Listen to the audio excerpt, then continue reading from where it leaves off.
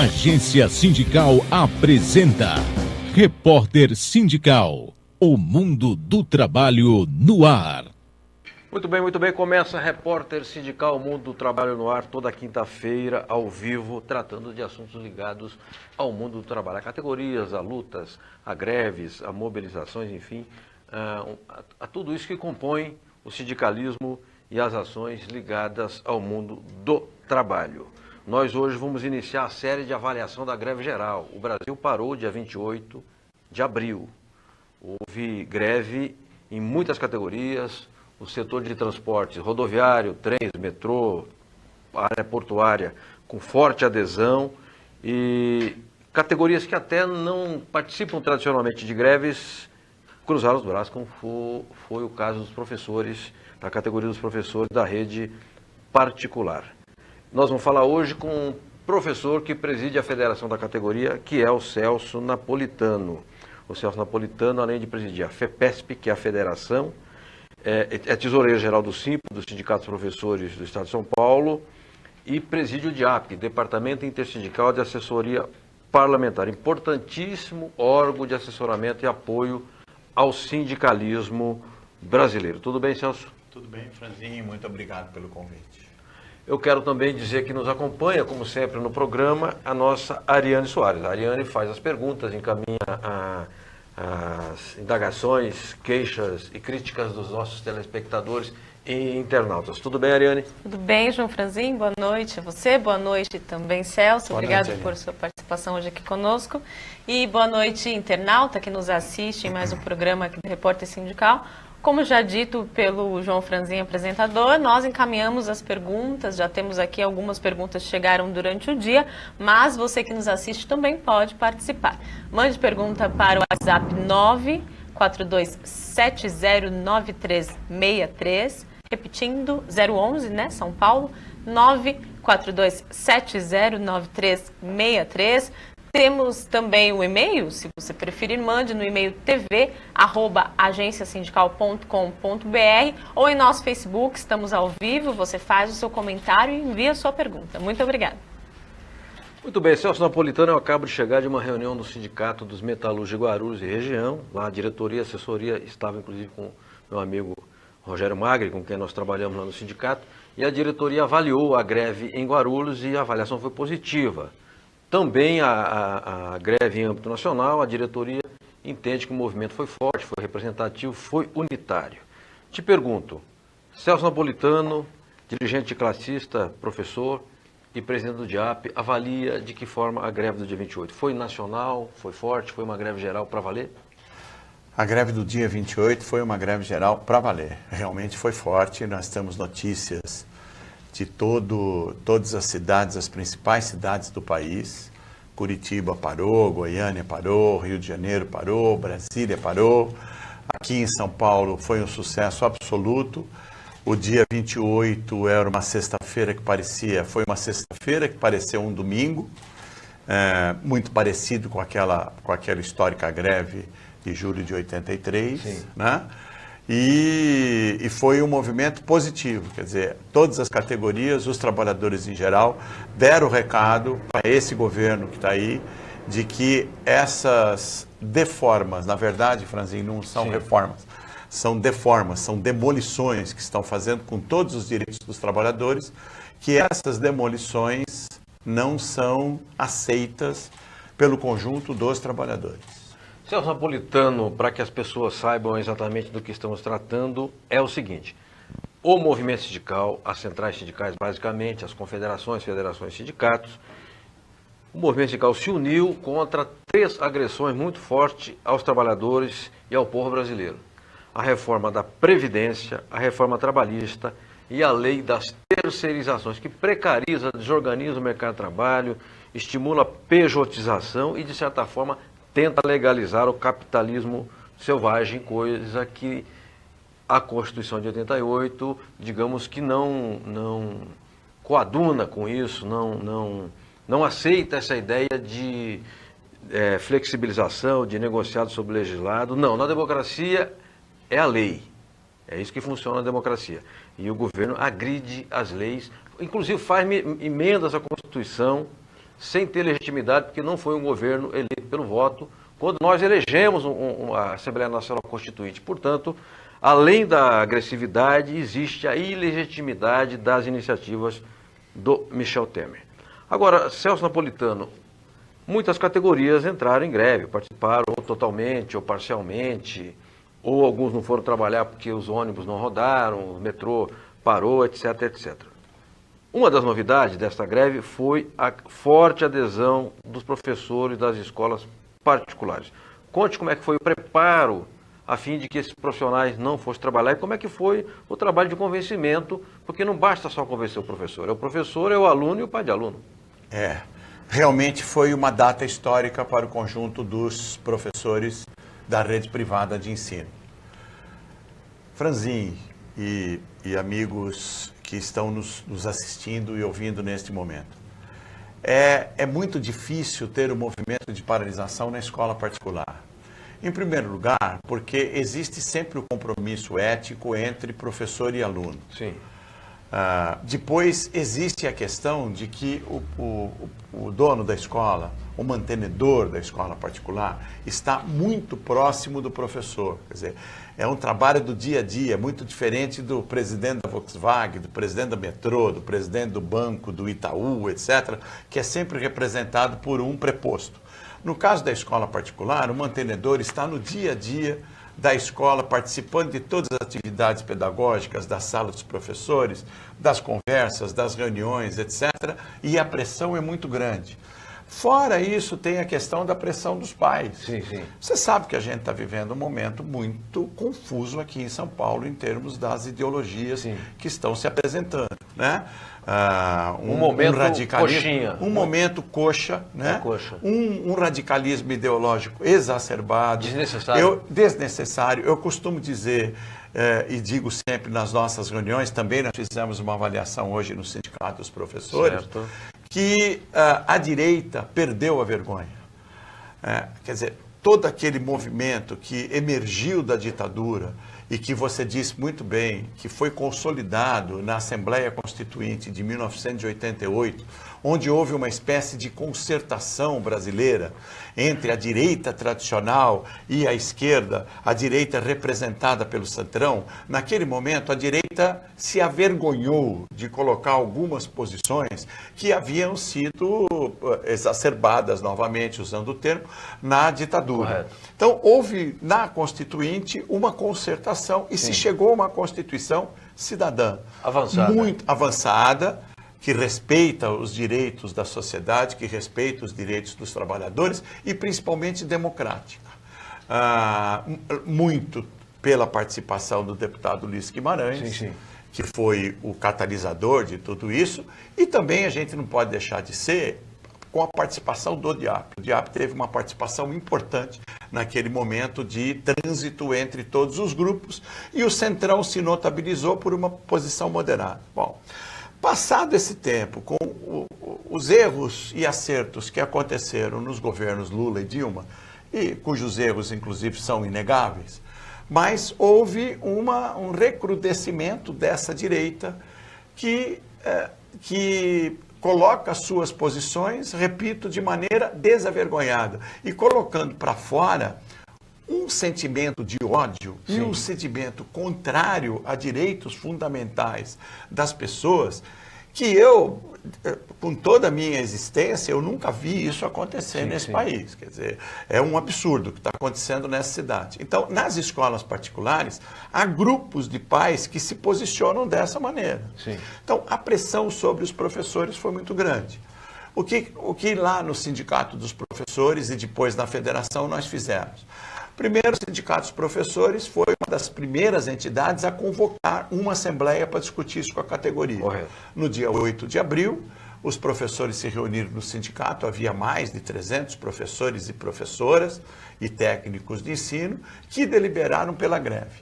A partir daí, então, naquele momento, foi estabelecido um comando de greve e algumas ações que seriam então, praticadas para que houvesse o convencimento dos professores. A construção da greve. A construção da greve. E principalmente porque no nosso segmento é muito difícil a ideia do piquete, a ideia de impedir que alguém dê aula, etc. O que aconteceu foi que foi incentivada as conversas entre os professores dentro da escola. Isso foi acontecendo. Na federação, na semana seguinte, logo no dia 11, nós convocamos uma atividade com todos os sindicatos de São Paulo. Quantos são? São 26 sindicatos filiados à federação, nós que representam mais de 80% dos professores, desde o ensino infantil até o pós-graduação da rede privada e praticamente 40% dos auxiliares de administração escolar. Convocamos uma atividade com representantes das centrais. Então, lá estiveram representantes da CTB, da CUT e da Intersindical. Fizemos uma grande avaliação e um grande debate e uma boa discussão sobre esse assunto. E os sindicatos, então, utilizaram todo esse material e os assuntos que foram discutidos e levaram para o interior. E aí a greve começou a ser construída no interior, com material também fornecido pela equipe de comunicação da Federação dos Professores. Aí a greve foi se construindo, as escolas foram debatendo e nós tivemos, no final, no dia 28, só em São Paulo, 347 escolas de grande porte paralisadas, fora outras de pequeno porte que a gente não tem condições de avaliar, num conjunto de 2.000 pessoas, mas 347 escolas paralisadas. E no estado, outro tanto. Né? Certo. E abrange quantos mil professores e trabalhadores? Olha, em São Paulo, do ensino básico, nós temos ensino básico particular, tanto da educação infantil até o pós-graduação, nós temos um conjunto de praticamente 40 mil professores. Desses 40 mil professores, nós temos a avaliação de que praticamente a metade parou na sexta-feira. Ou com decisão da escola, ou com problema de transporte, como você colocou, ou os alunos, houve alunos que se organizaram também pelas redes sociais e não compareceram à escola, né, porque os professores estavam sendo muito pressionados pela direção das escolas. As escolas confessionais praticamente todas pararam. Perfeito. A nota destoante nesse caso foi os irmãos maristas, né, que exerceram uma pressão muito grande sobre os professores e não paralisaram, no geral, mas mesmo assim houve um conjunto de professores que parou, mas houve uma grande adesão no conjunto das escolas confessionais católicas e nas grandes escolas que atendem um público de classe média. Perfeito. Celso Napolitano, eu vou agora interromper um pouquinho a sua fala para que a Ariane Soares encaminhe as perguntas. Por falar em escola, quero saudar aqui a Força Sindical, que teve uma iniciativa singela e importante. Publicou em seu site hoje a lista dos 500 maiores devedores da Previdência. E quem estava em 12º lugar, se não o glorioso Instituto Presbiteriano Mackenzie, aquele antro da reação, em 12º lugar em dívida. Assim eu também cresço, né? Eu não recolho a Previdência, fica fácil, né, competir no mercado dessa forma. Está lá na lista, nós vamos divulgar no site da Agência Sindical. Ariane, encaminha as perguntas, por favor. Vamos então encaminhar como primeira pergunta do diretor de formação da nova Central Sindical dos Trabalhadores, o Sebastião Soares. Caso prevaleçam as reformas em tramitação, as questões trabalhistas sairão do âmbito da Justiça do Trabalho para a Justiça Civil. Não mais a CLT, mas o Código Penal e o Código Civil. Nesse sentido, há no Código Civil artigos que possam favorecer as demandas judiciais dos trabalhadores? Como usar o Código Civil nos interesses dos direitos trabalhistas? Poxa vida, é uma tese, hein, Sebastião? Professor Sebastião, aliás, Soares Mineiro. Companheiro Sebastião, muito obrigado pela pergunta e por prestigiar aqui o programa, excelente programa conduzido pelo João Franzin. Aí é uma questão muito importante que você coloca. Como diz o companheiro Franzinho, o nosso amigo aqui, é uma tese, é uma verdadeira tese. Porque aí existe um conflito de interesses jurídicos. A emenda 45 estabeleceu que todas as questões trabalhistas só podem ser discutidas no âmbito da Justiça do Trabalho. Então, não existe possibilidade de você discutir questões trabalhistas na Justiça Civil, utilizando o Código Civil. Mas, ao mesmo tempo, esse senhor deputado Rogério Marinho, que, diga-se de passagem, só aqui abrindo parênteses, foi um autor de uma lei que queria mordaçar o professor, a tal da lei da escola sem partido. Esse cidadão é o autor dessa lei e que inclusive previa a possibilidade de pena de prisão para o professor, fechando parênteses. Esse cidadão, no seu substitutivo, estabelece que a Justiça do Trabalho não pode atuar.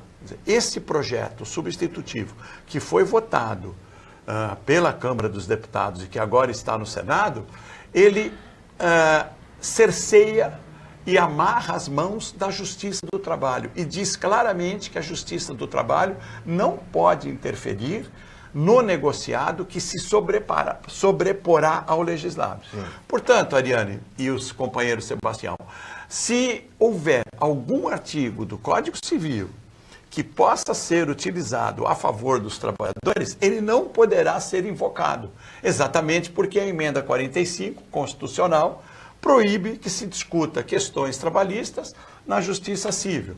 E é por isso também que vários juristas estão arguindo a constitucionalidade deste projeto substitutivo que foi apresentado por esse deputado que quer prender professor.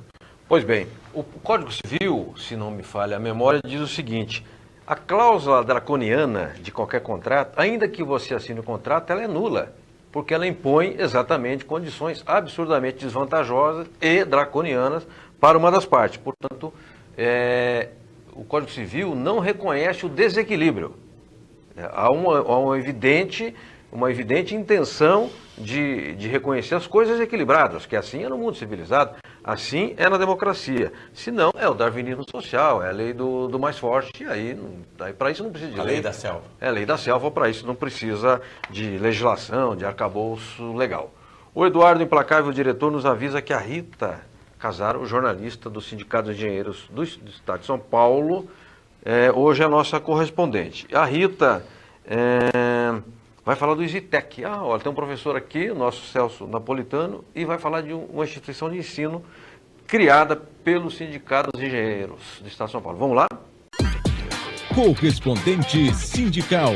Informações das entidades e das categorias. Boa noite, Franzin. É um prazer participar mais uma vez do Repórter Web. E hoje temos uma notícia boa para quem deseja estudar engenharia em uma escola de primeira. Estão abertas as inscrições para o processo seletivo da graduação em Engenharia de Inovação do Instituto Superior de Inovação e Tecnologia, o Isitec, que é a instituição de ensino criada e mantida pelo Sindicato dos Engenheiros no estado de São Paulo. Os interessados em concorrer a uma das 40 vagas que serão oferecidas à turma do segundo semestre, com início das aulas em 31 de julho, podem se inscrever até o dia 20 de junho, preenchendo a ficha online disponível no site do Isitec, o www.isitec.edu.br, e confirmando o interesse por meio do pagamento da taxa de inscrição de R$ 68,00. O processo seletivo ocorrerá em 3 fases, que incluem teste de análise e aptidão lógica online, classificação no Exame Nacional do Ensino Médio, Enem, valendo as notas de 2016, 2015 ou 2014, e prova de análise e interpretação de linguagens, incluindo linguagem matemática e produção textual. Franzin, para quem quer ser engenheiro, essa é uma oportunidade de ter uma formação de excelência e bastante completa. O curso do Isitec é feito em período integral ao longo de 5 anos, assentado em um projeto pedagógico muito avançado e inovador e com um corpo docente de primeira linha. E ainda há a oportunidade de ter acesso a todo esse pacote gratuitamente ou com um bom desconto. Os 20 primeiros colocados no processo seletivo terão 100% de bolsa de estudo. Os 10 seguintes terão 80% de bolsa e os outros 10, 50%. Ou seja, para quem quer ser engenheiro, é uma chance que não pode ser desperdiçada. Repetindo, As informações completas e a ficha de inscrição estão disponíveis no site www.easytech.edu.br. É isso.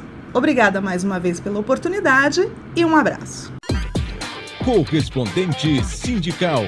Informações das entidades e das categorias. Obrigado, Rita Casaro, jornalista simpática, competente, atuante do Sindicato dos Engenheiros do Estado de São Paulo, da Federação Nacional dos Engenheiros. Um abraço ao Murilo, seu presidente, ao Fernando Palmezan e a tantos outros companheiros que atuam nas entidades da engenharia. Eu queria perguntar ao Celso Napolitano, nosso entrevistado de hoje, Celso Napolitano, presidente do DIAP, presidente da FEPESP, que é a Federação dos Professores do Estado de São Paulo, diretor do SIMPRO, que é o Sindicato dos Professores, professor da Getúlio Vargas. Como os professores, na construção da greve, utilizaram as redes sociais. Porque, claro, quando você vai panfletear uma fábrica, você vai lá com o carro de som, entrega o boletim, faz aquele agito de sempre, você está concentrado ali. As escolas, elas são muito pulverizadas, então esse deslocamento físico seria muito demorado e caro. Quero saber se vocês utilizaram as redes sociais e de que forma e qual o resultado. O grande problema, Franzinho, das escolas particulares é que os professores estão em atividade, em sala de aula o tempo inteiro. Sim. Então é muito difícil, como acontece numa fábrica, você dá uma parada para conversar com as pessoas. Existem só alguns momentos de intervalos, por exemplo, num turno de 6 horas aula, você tem 3 aulas, um intervalo de 15, 20 minutos e depois mais 3 horas aula. E nesse momento é muito complicado você conversar com todos os professores, porque alguns ainda aproveitam esse intervalo para acertar aí o seu esquema de aula, para atender aluno, para conversar com aluno, etc. e tal. E também tem o grande problema de que os professores não estão nas escolas todos os dias. Sim, sim. Há professores que trabalham terças e quintas, segunda, terça e quarta, a não ser os professores e as professoras da educação infantil, que aí são regentes de classe e trabalham todos os dias. Nesse segmento é mais fácil a gente falar com os professores e as professoras. Bom, o que acontece é que dentro daquelas atividades a que eu me referi, que nós combinamos lá no comando de greve, que começou as suas atividades logo depois da Assembleia, algumas questões foram discutidas e executadas. Por exemplo, panfletagem nas estações de metrô. Tá. Há muitos alunos que passam pelas estações de metrô, por exemplo, lá no circuito da Rua Vergueiro, a Unip, a 9 de Julho, a FMU, há um grande número de faculdades, e os alunos também são trabalhadores, em geral. Os alunos do ensino universitário que trabalham à noite. Então, eles também estavam sendo mobilizados, esclarecidos e também convocados para a greve. Tá. E eles foram também os portadores desses panfletos para dentro das escolas, para as salas de aula. Nós fizemos panfletagem nas estações do metrô, nas escolas, fizemos panfletagem em várias outras escolas, carros de som, 4 carros de som circularam por São Paulo e, como você colocou, nos utilizamos muito das redes sociais. E aí foi mais o que? Grupos, Facebook, WhatsApp? Foi Facebook, WhatsApp, os site. professores fizeram grupos e se comunicaram entre si. O site do sindicato e da federação sempre dando os esclarecimentos e as posições. O Simpro São Paulo, o Sindicato dos Professores de São Paulo, abriu um número específico para a greve, que era o hashtag 28 eu paro. Sim. Então lá as pessoas tinham todas as informações. Havia também um campo específico do site onde os professores poderiam se comunicar, e essas informações todas e as notícias se espalharam por São Paulo inteiro, com a utilização também das redes sociais, que foi muito importante na mobilização e no movimento. E que também, por outro lado, seria interessante comentar, que foram utilizados pelos pais dos alunos. Houve movimentos de pais de alunos com restrições à greve. E que é interessante, Franzinho, e que é muito importante a gente ressaltar aqui, que esses movimentos de pais que começaram a se mobilizar pelas redes sociais contra a greve foram combatidos por outros pais das mesmas escolas que se mobilizaram a favor do direito dos professores assumirem a greve como um direito fundamental e constitucional. Que bacana. Isso foi muito importante. Que bacana. Eu quero registrar, daqui a pouquinho eu chamo o Eduardo, o Edu tem uma reportagem que é exatamente uma coletiva no dia 28, em frente ao posto do INSS, no viaduto Santa Efigênia, região central de São Paulo, quando os dirigentes fizeram ali um balanço, né, da greve. Eu quero depois falar com o Celso Napolitano para o pós-greve, porque evidentemente que a greve não é um fato congelado no tempo e no espaço. Ela é um acontecimento que desencadeia uma série de outras iniciativas. Então eu queria saber dele, enquanto dirigente da federação, que está pensando do pós-greve e também do DIAP, o que o DIAP está articulando, como é que o DIAP está se posicionando em relação a essas matérias. Então a gente chama agora a reportagem. Eu quero agradecer muitíssimo o pessoal da agência sindical, aí o Prado, sobretudo, porque nós começamos às 4h30 da manhã, né? Eu moro do lado da agência, para mim é fácil, né? Às 4h15 acordei, tomei um banho rápido, já abri a agência e começamos. Eu parei umas 8h30 da noite, né? Aí fomos fazer uma coletiva em Guarulhos, enfim, a vida é dura para quem é mole. E aí o pessoal foi fazer a matéria na correria, mas ficou muito bacana a reportagem. Vamos lá? A greve nacional, organizada pelas centrais sindicais na sexta-feira, dia 28 de abril, foi um grande sucesso. Essa foi a avaliação de todos os dirigentes que, após um dia inteiro de mobilizações e paralisações, realizaram uma coletiva em frente ao prédio do INSS na região central de São Paulo. Olha, eu acredito que o movimento sindical correspondeu. A classe trabalhadora soube enxergar a importância desse momento de instabilidade que o país vive, sobretudo diante da ameaça de ver perdidos os direitos consagrados pela CLT, bem como os direitos previdenciários. Eu penso que a sociedade se manifesta e isso de alguma forma vai servir para que a gente possa pressionar mais ainda o governo, para que o governo altere o curso dessa orientação que vem a prejudicar o conjunto da sociedade. Foi um trabalho sinérgico, muito bem entrosado entre todas as centrais sindicais. A UGT tem um orgulho muito grande de ter dentro da instituição sindicatos estratégicos e que definitivamente foram importantíssimos para o resultado positivo, que é o Sindicato dos Condutores e Motores de São Paulo, presidido pelo nosso grande companheiro 90, companheiro Chiquinho, os motoboys, os caminhoneiros, a limpeza de rua, são todos eles muito estratégicos que ajudaram a dar o tom e a sociedade com certeza contribuiu. Na nossa avaliação foi mais do que positiva, né?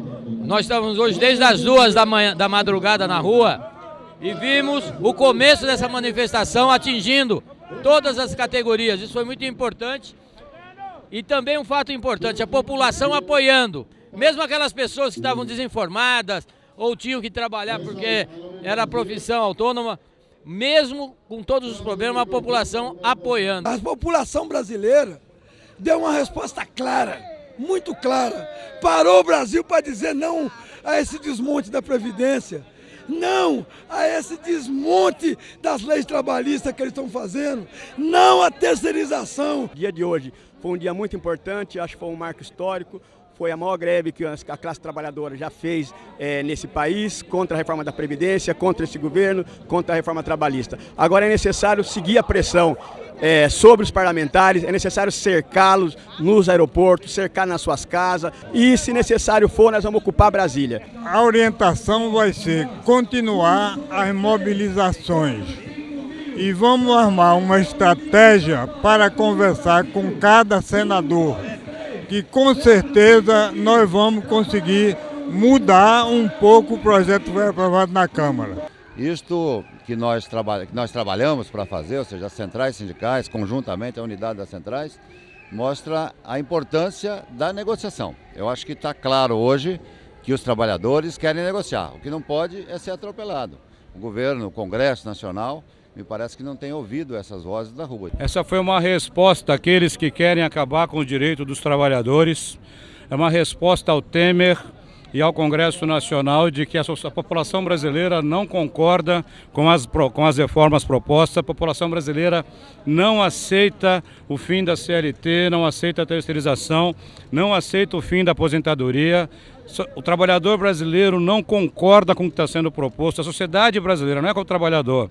A Igreja Católica Protestante, os tributaristas, os economistas, o magistrado brasileiro não concorda com a proposta de acabar com a CLT.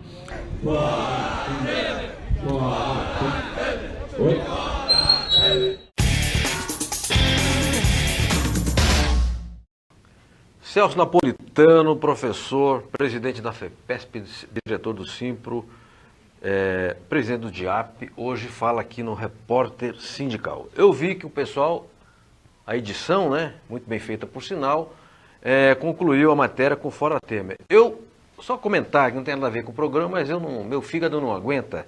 Eu vi uma notícia de que o glorioso Temer convidou o exército americano para fazer exercícios militares na Amazônia. Eu quero, a ser confirmado, eu quero crer que se trata de uma notícia chocante, de uma invasão à soberania nacional. Me faz lembrar um famoso discurso do deputado Hermes Lima, acho que nos anos 40 ou 50 ainda, já denunciando a tentativa, aquela história da Ileia Amazônica, né, de ter uma Amazônia internacionalizada. Aqui não. As Forças Armadas Brasileiras têm plena competência, aliás, em selva, né, em selva tropical, em floresta tropical, ninguém é melhor que o Exército Brasileiro, que as Forças Armadas Brasileiras. Quero só fazer esse registro porque essas coisas vão nos constrangendo imensamente. Celso Napolitano, e depois da greve, temos a Câmara, temos o Senado, temos o Governo Federal, como é que a gente articula e reverte esse quadro? Então, Franzinha, a questão é a seguinte, houve um movimento de greve e esse governo está se notabilizando também, por sinal, um governo ilegítimo, um governo que não recebeu os votos da população. Aliás, o presidente Temer, o vice-presidente Temer, participou da chapa da Dilma, que foi eleita com o programa. Então, há muita gente que diz, vocês também... colocando, no meu caso, você votou no Temer, porque você votou na Dilma. Eu votei na chapa Dilma-Temer, mas eu votei num projeto, eu votei num programa.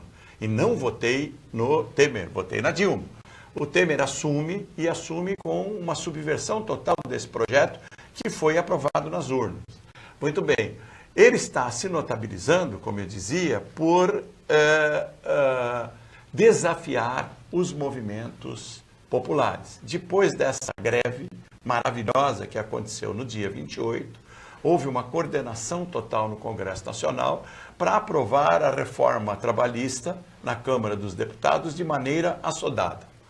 Passou a reforma trabalhista de maneira assodada à noite, na madrugada, e sem nenhuma possibilidade de algum destaque que pudesse aprimorar ou discutir a reforma. Sem debate. Sem debate algum, quer dizer, rolo compressor do governo, inclusive com medidas do tipo fisiológicas, entregando cargos, etc. Compra de deputado.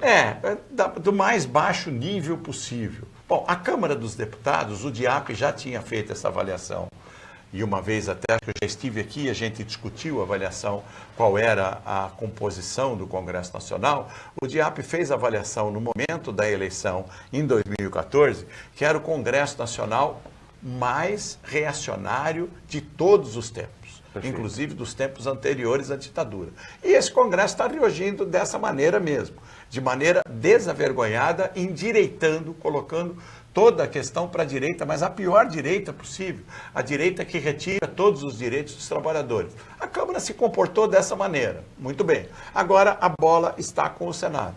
Sim. Então, depois da greve, ainda o governo fez passar o rolo compressor e nós temos agora que manter de pé o que os trabalhadores colocaram e se mobilizaram para, como disse o Wagner, se colocando contra a esse absurdo que foi apresentado pelo governo.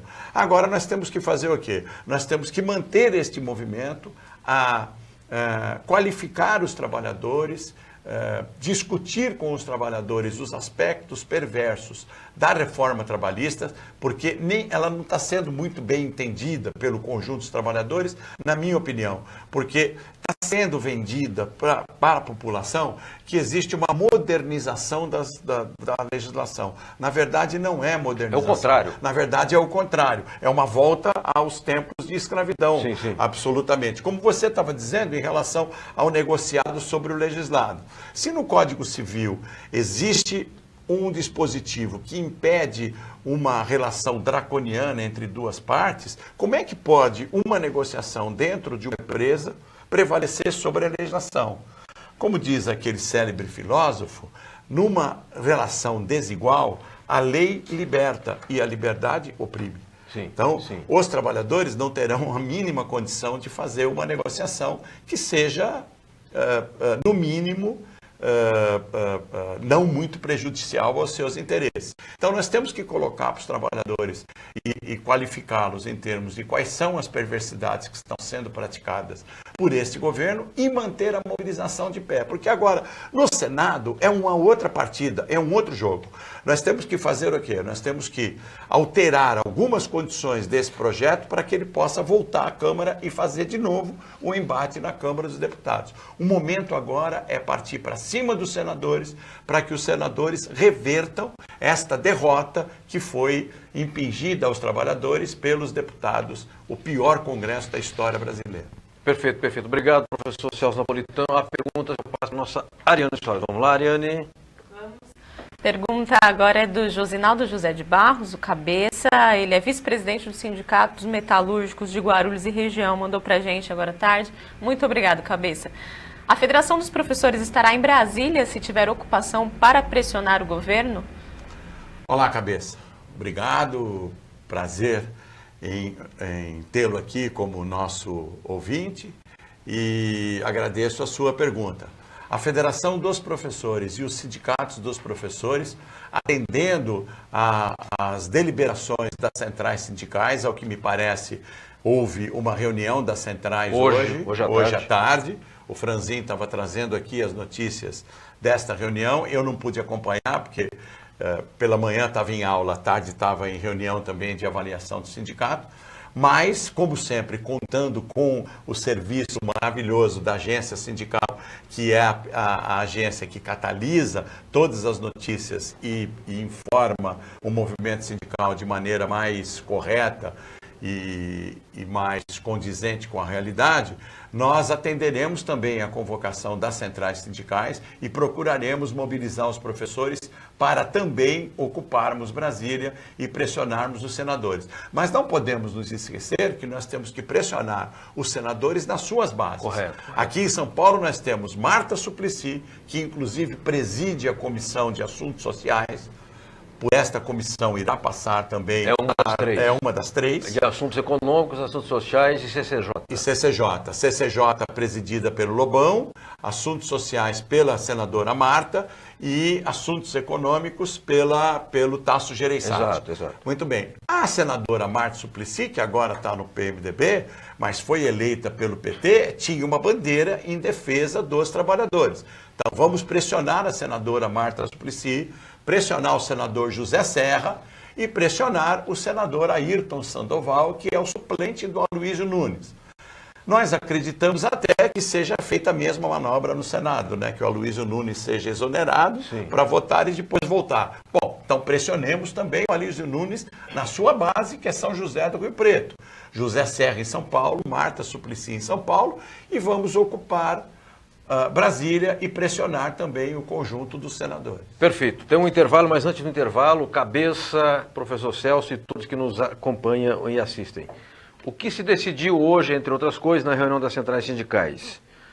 Do dia 8 ao dia 12 de maio, as entidades sindicais irão pressionar os parlamentares nos aeroportos, em seus estados de origem e também na região onde concentram seus votos, onde tem os eleitores. Então o deputado faz as lambanças em Brasília, mas o voto ele vem catar aqui no estado de São Paulo, na Bahia, em Minas, etc. Na semana seguinte, dia 15, entre 15 e 19, haverá uma ampla programação na capital, com apoio de diversos movimentos sociais E um dia de marcha da classe trabalhadora sobre Brasília, que deve terminar no Congresso Nacional. Então haverá uma recuperação daquela ideia das marchas, que eu acho uma ideia boa, para que aconteça uma chegada, junto com todas as forças concentradas, de pressão sobre o Congresso Nacional. Então, Cabeça, você já vai se preparando. Hoje a gente fez a reunião aí no sindicato, você já falou que tem uma barraca lá na tua casa, então já vai encerando a barraca, porque vai ter acampamento em Brasília, sim. Os professores certamente lá estarão, como disse o Celso Napolitano. Nos avisa o Edu que é um intervalo e falará no intervalo a nova Central Sindical de Trabalhadores, presidida pelo José Calixto Ramos. Vamos ao intervalo, voltamos já com o Celso Napolitano.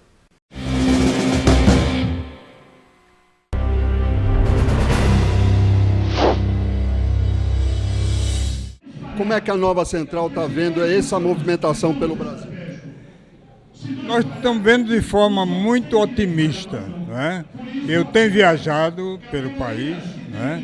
E tenho levado essa mesma pregação que eu fiz aqui, chamando a atenção dos trabalhadores de modo geral para esse trabalho orquestrado que o governo e o Congresso Nacional está fazendo para desmobilizar e desmantelar a estrutura sindical que nós defendemos. Como faz isso? Tirando recursos. Quer dizer, nós temos um recurso compulsório, que é a contribuição sindical. A Câmara e o Senado têm uma infinidade de projetos, todos eles eliminando, extinguindo esse tipo de contribuição. É aquela história, enfraquece a organização e aí fica mais fácil aprovar a reforma da maneira que estão pretendendo, não é? Esse é um aspecto. Agora, o outro é que, da maneira como está sendo discutida a reforma trabalhista, por exemplo, daqui a pouco nós vamos voltar à era da industrialização, não é? Da revolução industrial, que você trabalhava 12, 14, 16 horas, não é? Sem a devida remuneração.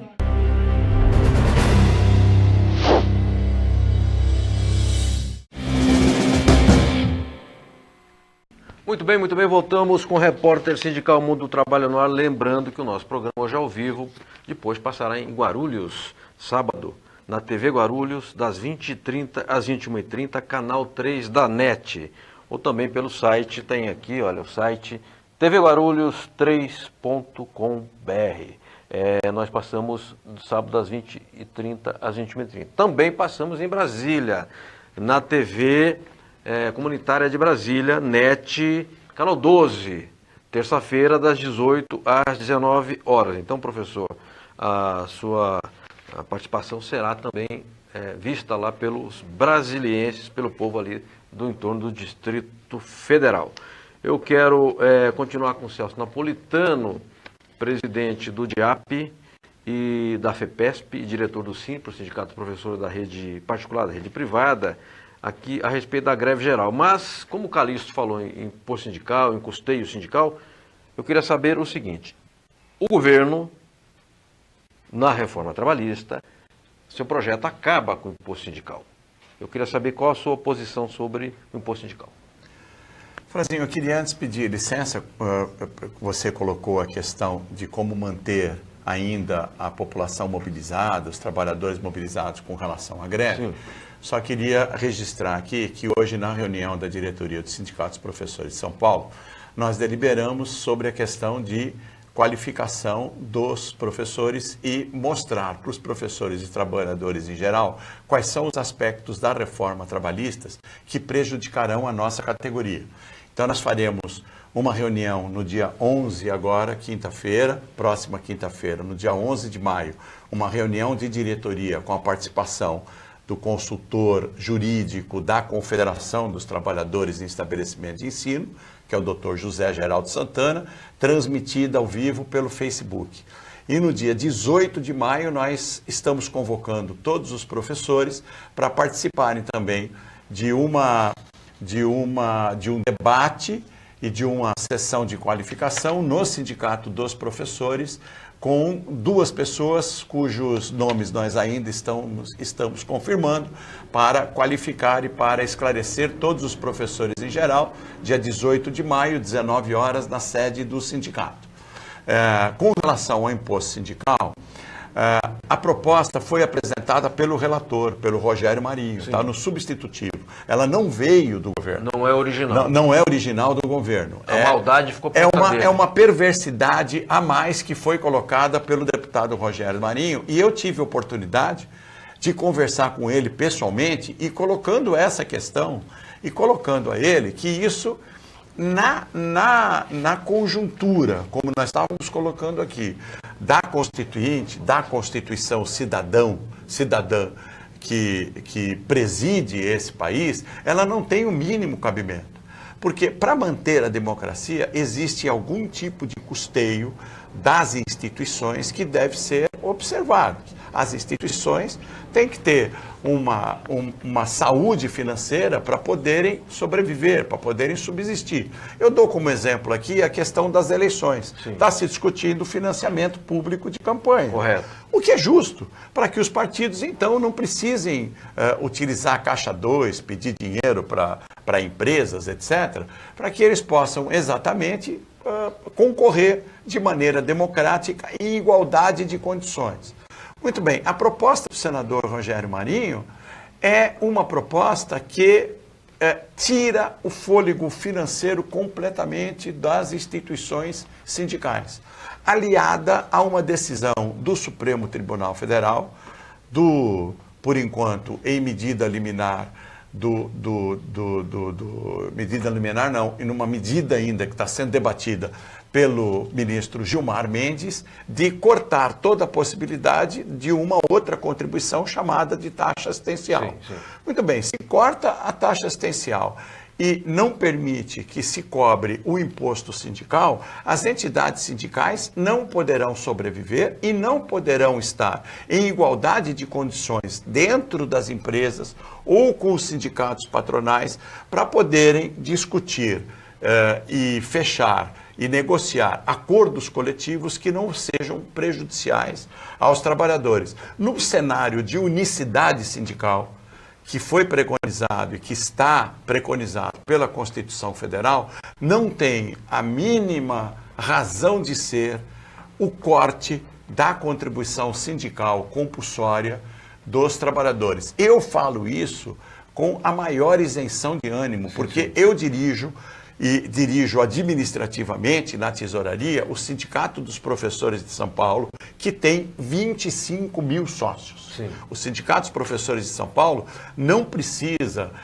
exclusivamente do imposto sindical para sobreviver. Sobrevive financeiramente da contribuição dos sócios. Sim, mas ele não é o padrão do sindicato. Não é o padrão, porque há sindicatos com um número muito pequeno de pessoas. O sindicato, a unicidade sindical, isso não é explicado pela grande mídia.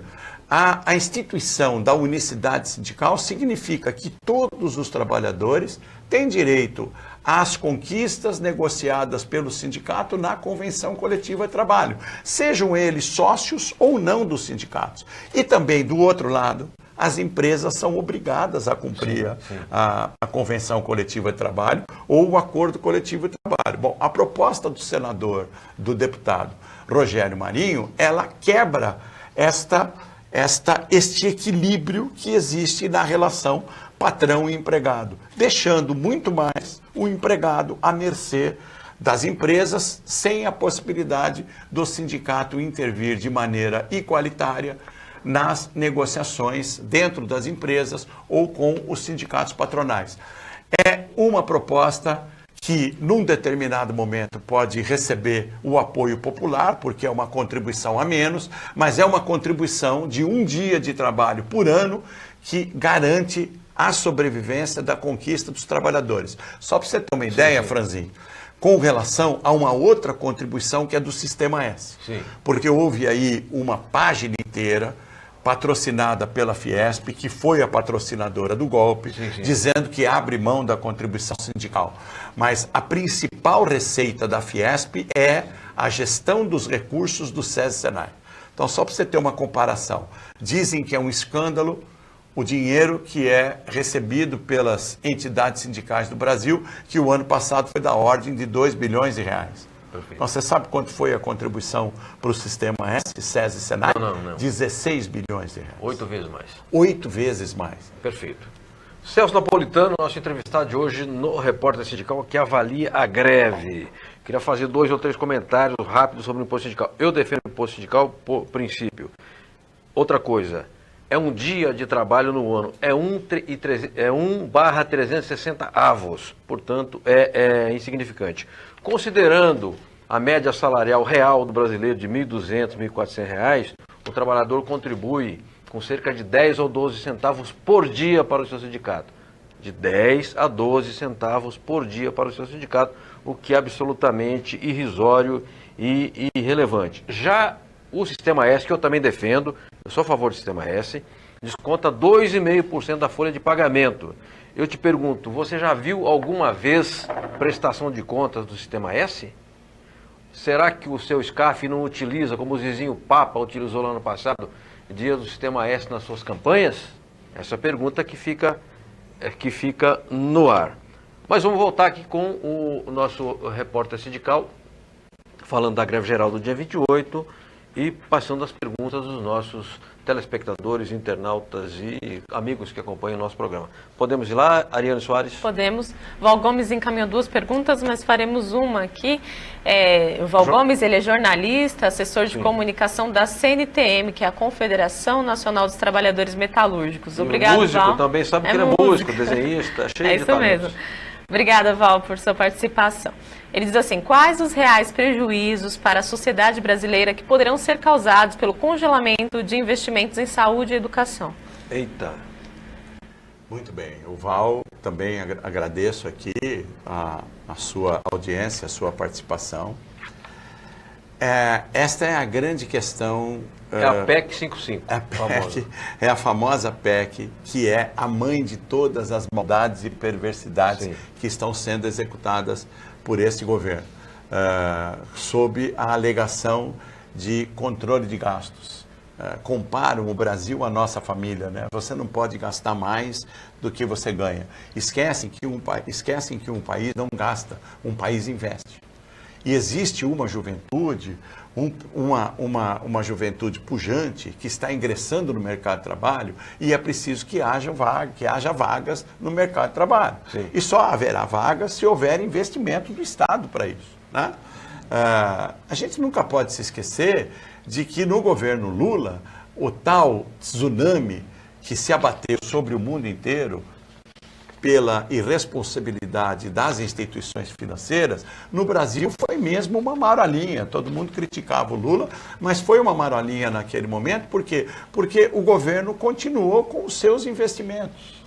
A Bolsa Família, o salário mínimo e com aumentos reais, etc., são os responsáveis pelas economias de muitas cidades desse país. Pois bem, a PEC em questão, que controla os gastos e que impede que o Brasil invista mais do que a inflação, o orçamento do ano anterior, corrigido pela inflação, e libera todo o pagamento de juros de dívida para banco, que o ano passado foi em torno de 500 bilhões de reais, né?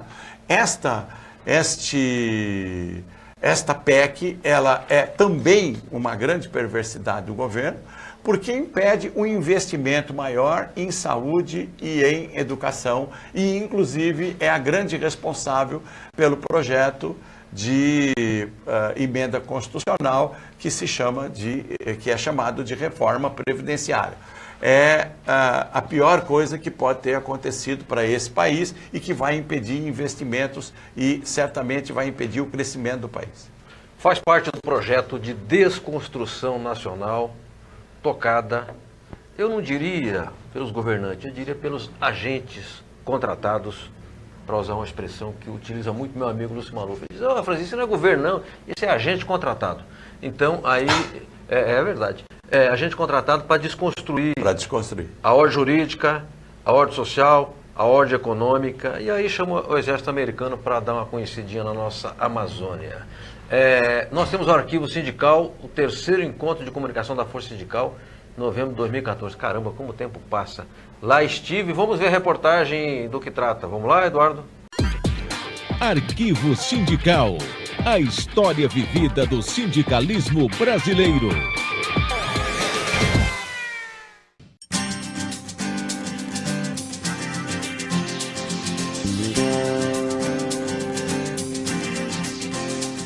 A Força Sindical realizou em novembro de 2014 o seu terceiro encontro de comunicação, que reuniu mais de 170 participantes, entre sindicalistas de diversas categorias das mais diferentes regiões do país. Nós temos hoje na imprensa oficial muitas restrições ao noticiário sindical. Então a nossa ideia aqui nesse terceiro encontro sair com propostas que a gente consiga atingir o maior número de trabalhadores e da população em geral no país. Que é uma troca de experiência de todo o movimento sindical. Relatos de alguns sindicatos faz com que a gente possa trocar experiência e a gente aperfeiçoar nossas ações. 6 palestrantes enfocaram os múltiplos aspectos da comunicação, especialmente da mídia sindical. O movimento sindical é uma construção da sociedade moderna, especialmente da sociedade urbana. Ele precisa criar um sistema de comunicação seu que expresse sua força, sua complexidade, sua representatividade, sem dispensar, evidentemente, o uso dos meios de comunicação comerciais. A comunicação sindical hoje é uma realidade com todos os veículos, principalmente os mais modernos, que o sindicalismo tem à sua disposição. Esse encontro da força, ele reflete essa preocupação. Uma central sindical forte que se preocupa com esse aspecto. Durante o encontro foi divulgado um documento apresentando sugestões e encaminhamentos para o aperfeiçoamento da imprensa forcista. E lançado um manual de comunicação da Força Sindical. No caso nosso do sindicalismo é importante que o jornalismo, a imprensa, ande junto com a ação. Ele faz parte da ação. Então é importante que o departamento de jornalismo, de imprensa, ele é um serviço à ação sindical também. Se você pegar a história, fora os jornais que eles próprios criaram, primeiro com o movimento anarquista, depois com o movimento comunista, o trabalhismo nos anos 50, fora esses jornais, a grande imprensa deu muito pouco espaço para os trabalhadores. As mídias sociais deram o tom do encontro. É muito importante. A intranet, né, não é só aquela coisa do panfleto, na entrada, na saída do horário de trabalho, ou aquela comunicação feita de maneira mais individualizada, que é o WhatsApp, o Facebook, etc. Você entra num sistema que já existe, que já está funcionando, e o sindicato passa a ter acesso direto a cada trabalhador, ou seja, você já pega uma rede que está pronta. A Central apresentou também o seu novo portal. Quem participou do encontro vai levar muita informação importante para suas bases. Arquivo Sindical. A história vivida do sindicalismo brasileiro. Muito bem. Voltamos rapidamente e já indo para os finalmente do Repórter Sindical, o primeiro da série que avalia a greve geral, a grande greve geral do dia 28 de abril de 2017. Hoje com a gente o professor Celso Napolitano, presidente da FEPESP e presidente do DIAP, Departamento Intersindical de Assessoria Parlamentar. Professor Celso, rapidamente, nós estamos num período de fortes ataque por terra mar e ar do governo ou dos agentes contratados, como diz o meu amigo Lúcio. Como é que a gente pode reunir a sociedade? É possível a gente agregar a CNBB, UNE, ABI, a Matra, a ANAMATRA, a JUTRA, as OABs? Existe energia social suficiente para a gente fazer resistência? Eu penso que sim, Franzinho. Eu penso que sim, e são iniciativas como esse seu programa aqui, e eu aproveito para parabenizar a atuação da agência sindical na greve, que, como eu já disse, foi o grande elemento catalisador de todas as notícias e difusor de todas as notícias e mobilizações. Eu acho que hoje há um artigo do José Roberto Toledo, do Estado de São Paulo, que diz que o Temer está favorecendo a ressurreição do PT. porque na última pesquisa o PT está com 15% de intenção de voto, e o PSDB não sai de 4%. Saiu de 9 para 15. De 9 para 15. Muito bem. O Temer também está fazendo com que os movimentos todos se reúnam e se unam. As pequenas divergências que existem nos interesses ideológicos de todas as centrais e de todos os movimentos desaparecem perante a união que se deve ter contra essas perversidades que estão sendo perpetradas por esse governo ilegítimo que está a serviço do grande capital. Obrigado pela minha participação aqui, é um prazer muito grande estar com você aqui sempre. Muito obrigado. Muito obrigado, professor Celso Napolitano, o Ricardo Pauletti, que está aqui também, trabalha na federação, lembro dele faz uns 4 ou 5 anos, na Alboré, faz de tempo. Na Alboré, obrigado Eduardo, obrigado Ariane, obrigado Gisele, obrigado Emerson, obrigado Éder, obrigado Fabinho, a todos aqui da ACESP que possibilitam a gente fazer este programa. Até quinta-feira que vem, com o segundo programa da série de avaliação da greve geral, grande greve geral, de 28 de abril de 2017. Forte abraço, até lá.